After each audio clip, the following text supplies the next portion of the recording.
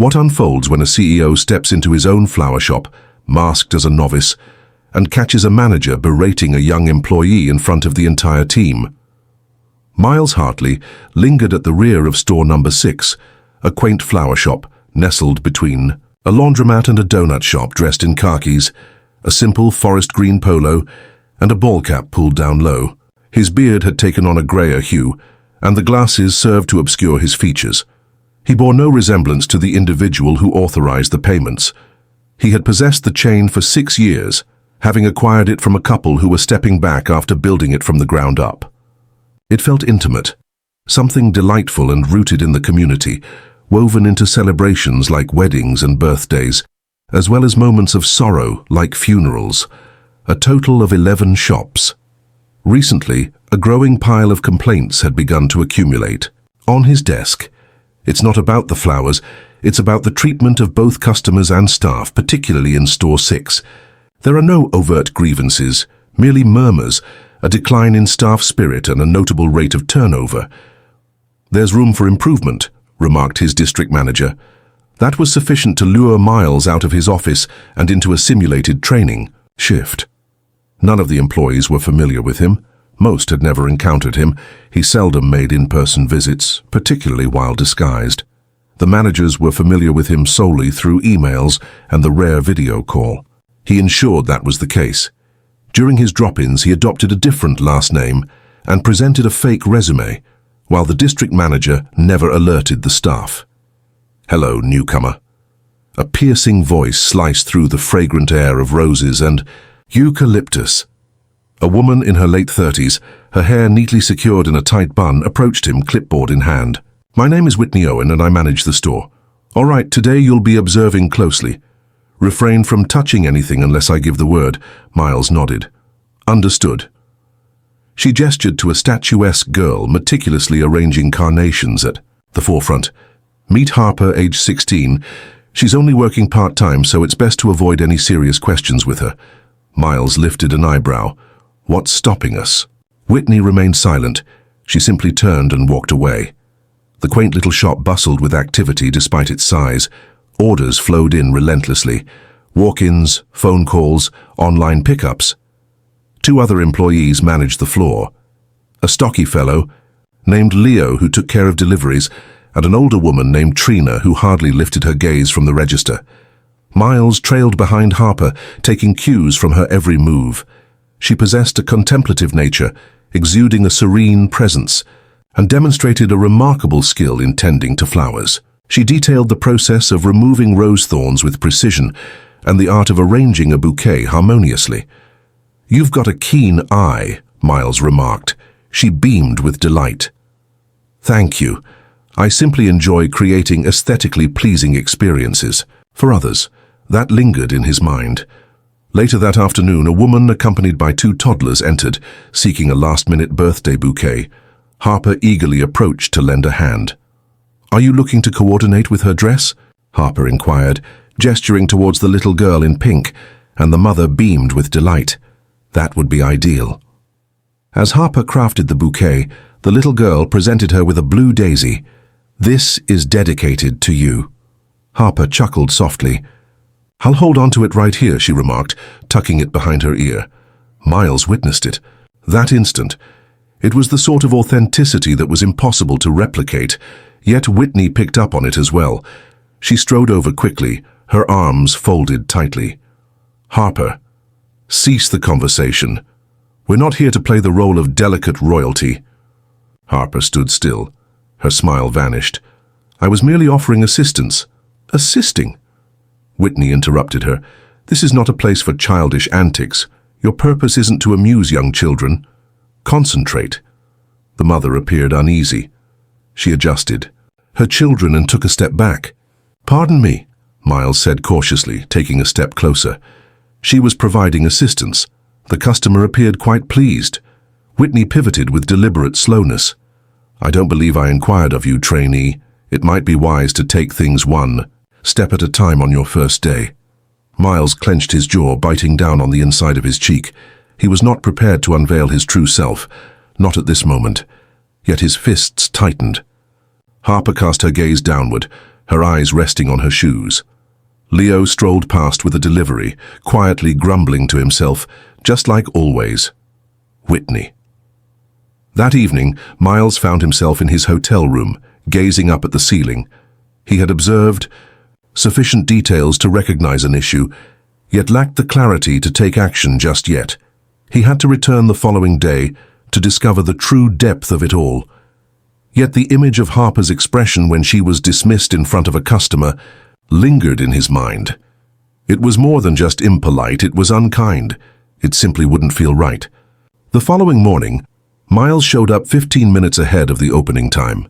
A gentle rain pattered against the shop window as he fumbled with the spare key Whitney had silently handed him the day prior, unlocking the door with a quiet determination. She hadn't arranged for him to start the day, but he was eager to observe the shop's operations before the lights illuminated and the music filled the air. Within, the ground remained scattered with fragments of leaves and shattered stems from the bustling evening. The cooler emitted a steady hum from the background. He switched on the lights and started tidying the counter, observing the withered petals clinging to the register keyboard and a bucket of wilting lilies hidden behind the prep table. At 7 on the dot, Trina entered, pulling her coat snugly. Around her, her expression was one of astonishment upon discovering the trainee already present. "You're early," she remarked, draping her purse over the hook behind the counter. Miles said he would lend a hand with the opening as he wiped down the glass display case. "Is it something you typically tackle by yourself?" Trina nonchalantly shrugged her shoulders.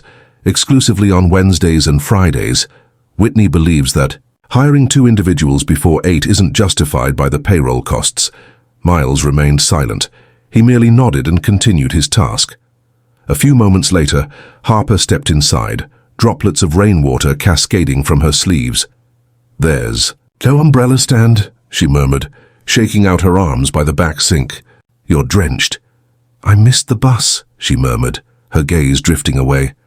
"I was determined not to be late again." With a gentle sigh, Trina reached beneath the counter and offered her a towel. Once more, Miles inquired. Harper paused, brushing her arms clean. "It occurred a few weeks back. The conclusion of my geometry final extended beyond the expected time. Whitney had me clock out for the day." Miles maintained an expressionless demeanor. "Despite your presence, she remarked that if I wasn't punctual, it was as if I hadn't arrived at all." Trina kept her gaze fixed, her fingers hesitating over the receipt printer. By 9, the shop was bustling with activity and brimming with orders. A retirement arrangement, 2 birthday deliveries, and a sympathy wreath all required preparation. Before noon, Whitney made her entrance just before 10, clutching an iced coffee, her sunglasses perched on her face even inside. She strolled to the back without a word, set her bag down and started perusing the delivery schedule. "Leo is absent today. Car trouble," she murmured, her words floating into the air without a specific audience. Miles lifted his gaze. "Who is taking care of his deliveries?" Whitney remained silent. She drummed her pen rhythmically on the clipboard. "Someone will find a solution." Harper's expression was filled with concern. "There are 6 orders that must be delivered by 1. "That's not my problem," Whitney said, striding into the front. "We are not Amazon." Miles sensed a gradual, mounting tension enveloping the room. "No," one replied. No one objected. This was typical in this place. At 11:30, a figure clad in a dark suit entered the room. He appeared hurried, casting a quick glance at his watch as he neared the counter. He mentioned that he called about an hour ago. Harper stepped forward with the condolence bouquet for the Lassiter service. "Absolutely, sir, I've completed it. It's prepared, but the driver is unavailable today, so who will be handling the delivery?" A lengthy silence ensued. Whitney emerged from the rear, cradling her coffee cup as she took a sip. "If you were in such a hurry, arriving earlier would have been wise." The man gazed intently at her. "It is a solemn occasion. I'm on my way there now. Are you really expecting me to bring it myself?" Whitney remained unblinking. "That is certainly one possibility." Miles advanced with purpose. "I can handle it." Whitney pivoted with precision. "Excuse me, I will ensure it gets done. I possess a vehicle." The man cast a glance at Miles before shifting his gaze to Harper. "Thank you," he said, his voice strained. Miles nodded and made his way to the back to retrieve the arrangement. Whitney trailed behind. "You don't follow directives from clients," Miles replied calmly. "I'm not." Ensuring that a family receives the flowers they paid for, Whitney crossed her arms. "You haven't even received any training. It's a straightforward task," he remarked, gently placing the bouquet into the delivery box. She squinted her eyes. "If anything goes awry with that arrangement, the responsibility falls on you." Miles remained silent. He departed. The funeral home was just a short 10-minute drive away. The man received the flowers with a quiet demeanor, offering a subtle nod of gratitude before swiftly retreating indoors. Miles lingered in his car, lost in thought, before finally deciding to head back. Upon his return, the shop lay in stillness. The midday flurry had passed by. Harper diligently scrubbed buckets in the back, while Trina expertly balanced receipts at the counter. Whitney was nowhere to be found. Harper glanced up when Miles entered the room. She departed. She mentioned that she had a dentist appointment. At the height of activity. "Sometimes she does that," Harper remarked as she dried her hands.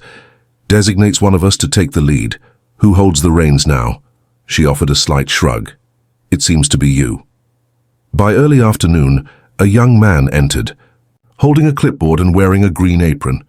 He surveyed his surroundings with a hint of hesitation. "Today marks the beginning of my part-time driving role," as Miles took the initiative to step forward. "You are Owen." "Indeed, I had an interview last week, yet I haven't received any confirmation call. Step inside. You've arrived." Trina appeared, to breathe a sigh of relief. "Thank goodness, we're overwhelmed." Miles discovered an extra apron and swiftly briefed Owen on the delivery timetable. Harper assisted in loading the van.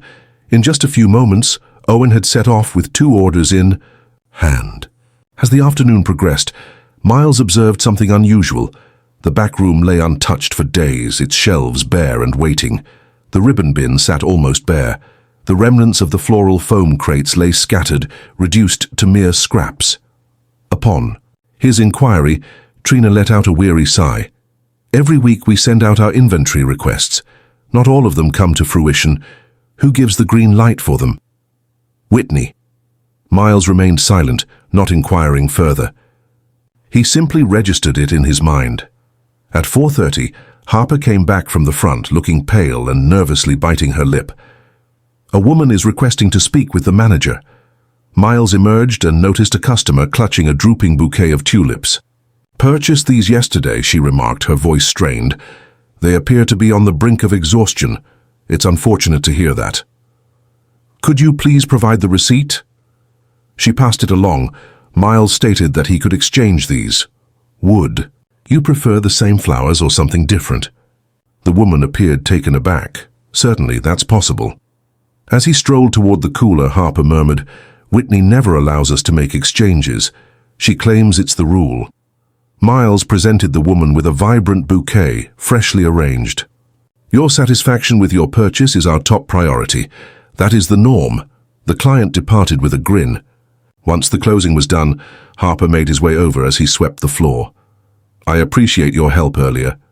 She paused for a moment, then replied, "No problem."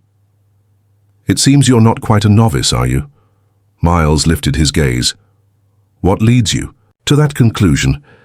"Pay attention, there's no need for shouting, and you remained unfazed when Whitney spoke that way.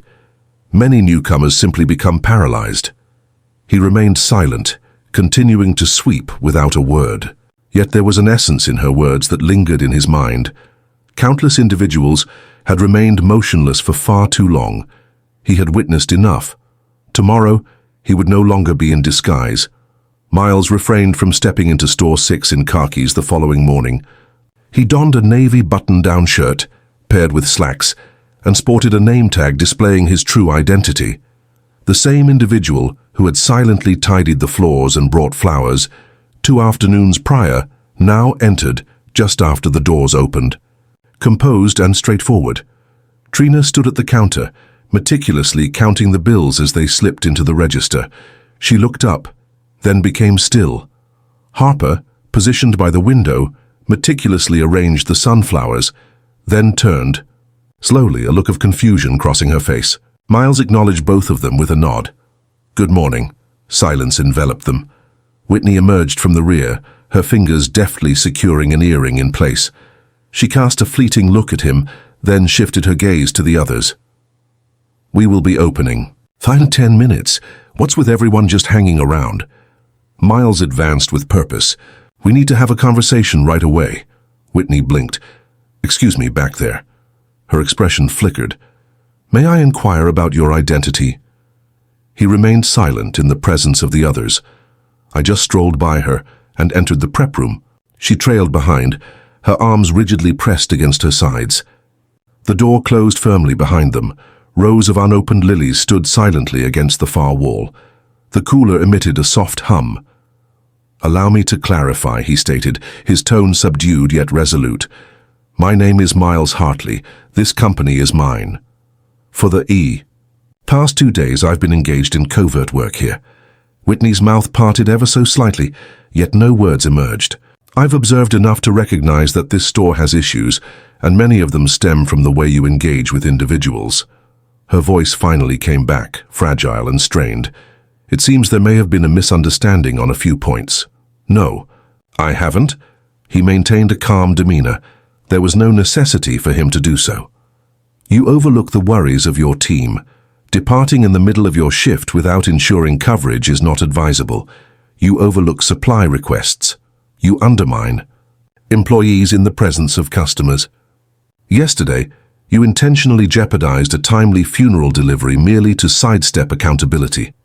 Whitney let out a brief, crisp laugh. "This situation is entirely disconnected from the main topic." "No, it isn't," he replied. "I was present. I witnessed it. Each instant." She folded her arms firmly across her chest.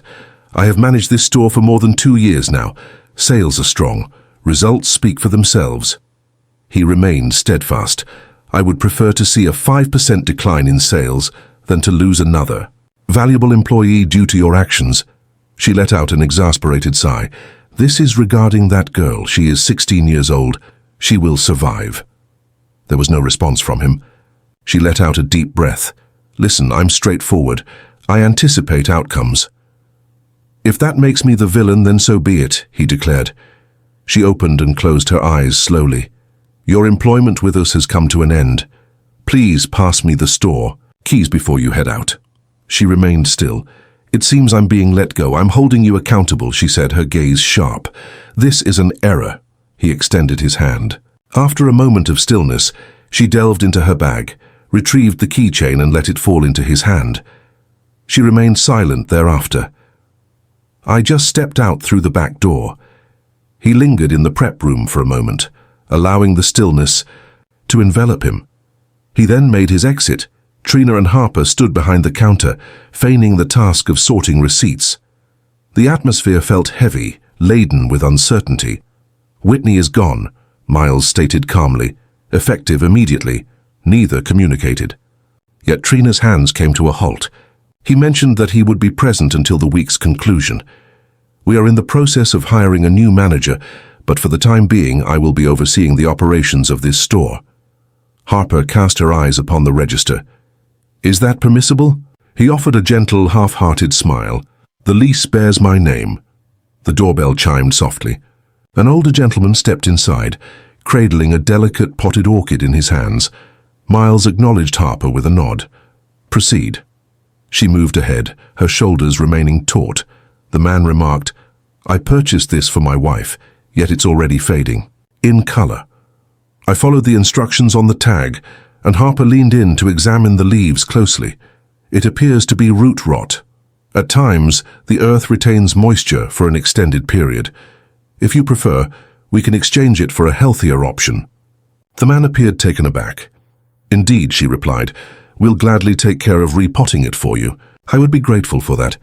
As she guided him to the rear, Miles noticed Trina observing him. "Are you truly here for the entire week?" she inquired. "I exist." "Then you'll realize just how much she left unfinished," he nodded. "That's the strategy." By midday, the store computer's inbox was flooded with more than 70 unread emails, requests from vendors. Supply confirmations were not received. There have been at least 4 inquiries from the regional florist distributor regarding the pause on recurring orders. He identified the top 5, sent them to his office team, and then reached out to Owen, the part-time driver. What is your distance? From the shop. Just a brief span of 10 minutes. A walk-in order has arrived along with 2 online pickups waiting to be collected. Do you believe you can manage all 3 before 2? Indeed, I will change my course. Subsequently, he reached out to the district manager. Why wasn't I informed about the turnover at Store 6? He inquired.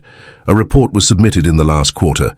I'm not referring to reports, I'm referring to the situation where 3 individuals resigned in the past 6 weeks, and 2 others reduced their hours while under Whitney's supervision.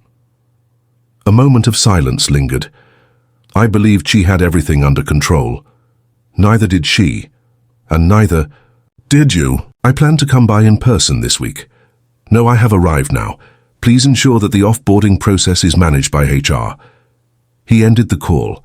At 2 o'clock, a woman named Cora entered, clutching a clipboard and wearing a frown. I come from the high school program.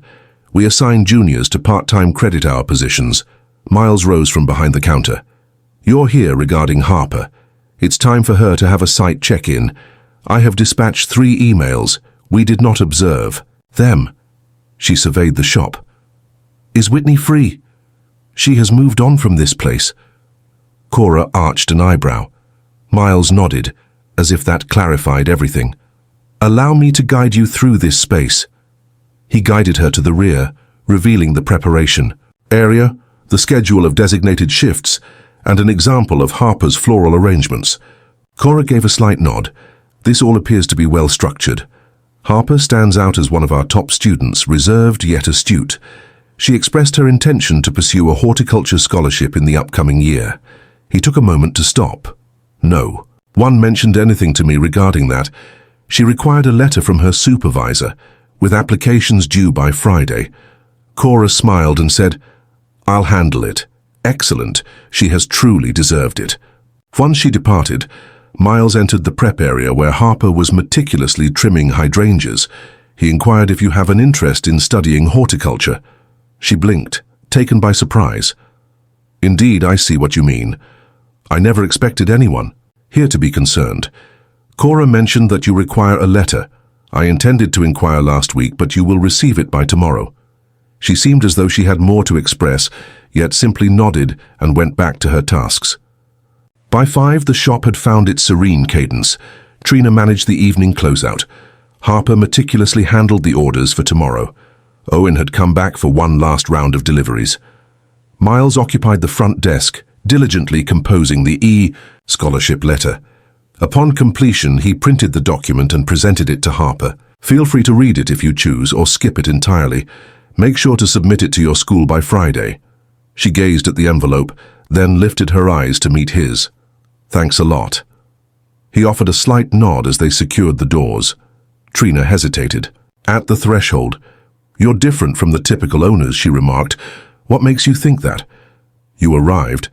The street outside lay in serene stillness. A handful of vehicles drove by. The donut shop next door had just turned its sign to closed. Miles observed as Harper climbed into her father's vintage sedan, the envelope clutched tightly in her grasp. He cast a glance back at the shadowy windows of the flower shop.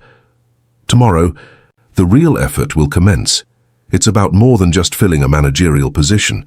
It's about transforming the very essence of a store's culture. Step by step, one choice leads to the next. Friday morning began with a soft, gentle murmur. The shop lights flickered to life, illuminating the buckets filled with vibrant, freshly cut flowers. Miles opened the front door ahead of the crowd, moved behind the counter, and personally arranged the revised schedule. He didn't need to voice it. Everyone working that day had already sensed that the rhythm had shifted. Harper was the first to arrive. She entered with her school lanyard draped around her neck, clutching a paper slip in her hand. She mentioned that my counselor approved the letter. She claimed it was the most compelling one she had ever put forward for a student job. Placement. Miles reclined a bit, his arms folded across his chest. She has likely encountered numerous letters. Harper gave a slight nod. He gestured towards the clipboard on the counter, indicating around 200 a year. Your schedule extends until 2 today. Please take an hour off before that if you could. Utilize it to complete your application. The break room is available for you to sit in. I have already submitted it, he paused. When will it happen? At the break of dawn. I was filled with anticipation. He offered a slight nod before pivoting to face the rear. Trina is not in today. The graduation of her son. Support is arriving from Store 4 exclusively for today. Harper inclined her head thoughtfully. A person from another shop is on their way. She offered to help when I described the situation. She mentioned having witnessed stores falter in the past and expressed her desire for this one to maintain its stability.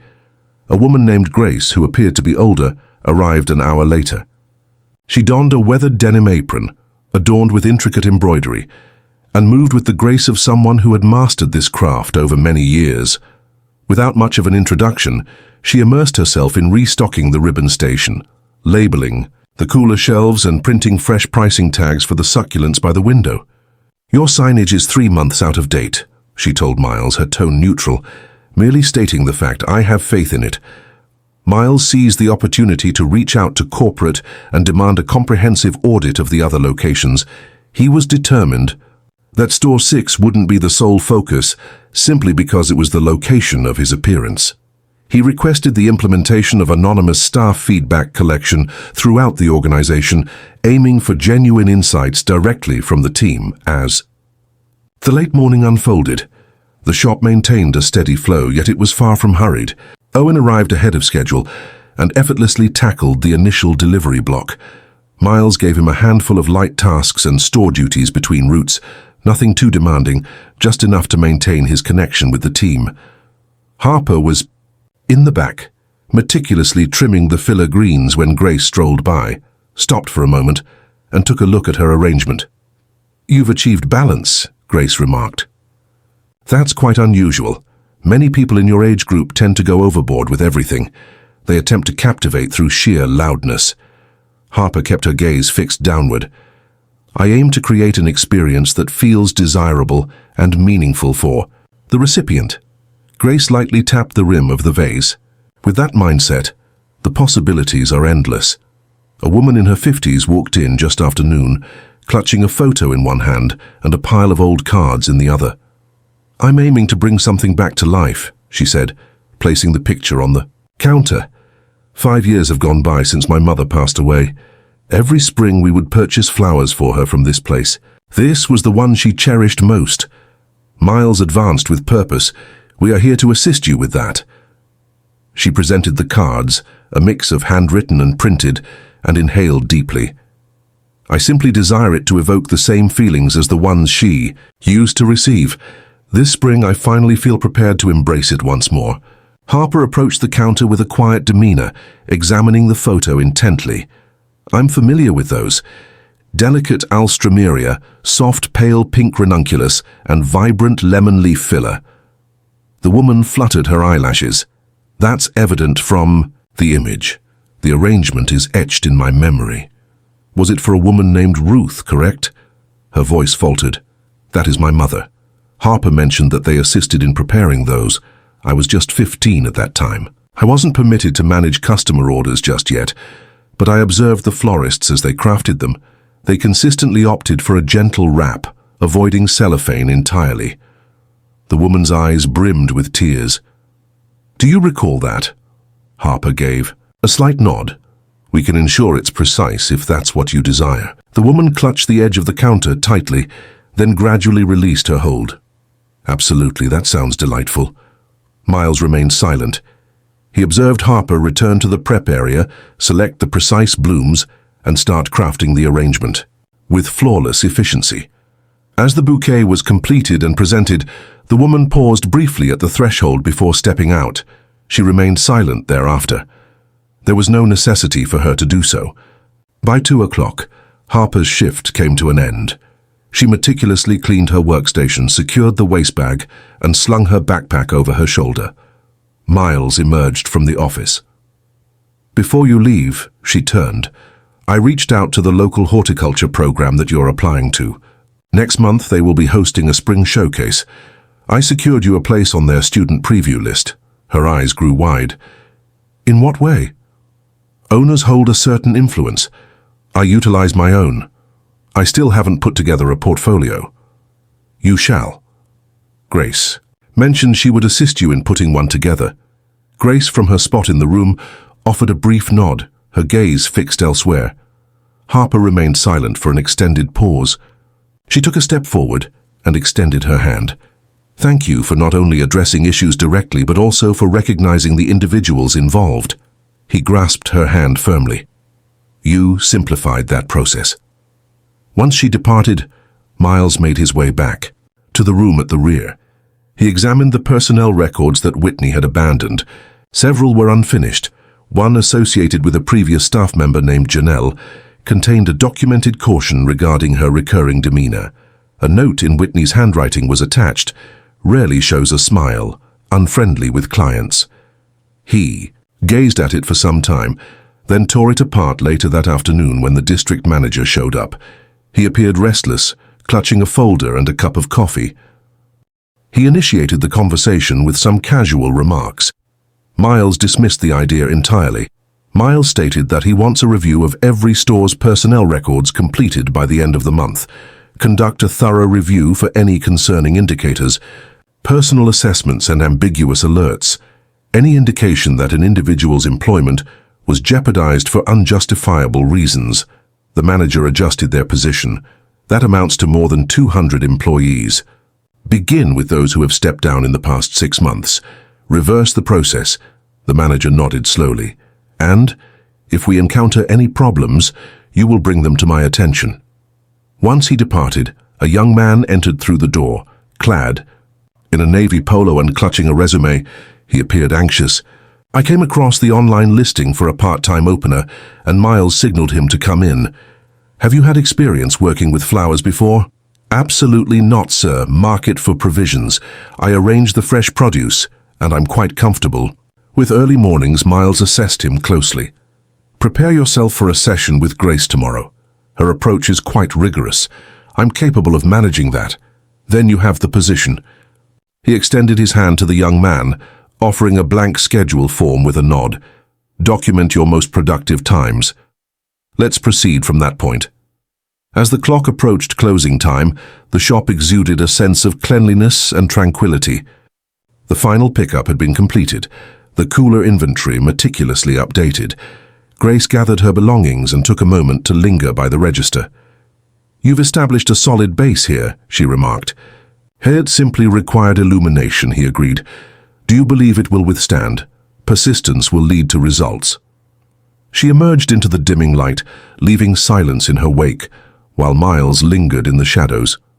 He extinguished the lights one by one, just as he had done earlier that week, before anyone had any inkling of his identity. The atmosphere had shifted, no longer ideal. However, truthful. He lingered by the front window, observing the street as a group of teenagers strolled by, their laughter echoing in the air. One of them gestured toward the window display where Harper's bouquet rested in the center, illuminated by a gentle spotlight. He remained still until they had left. He gently secured the door, ensuring it clicked softly shut before stepping out into the twilight.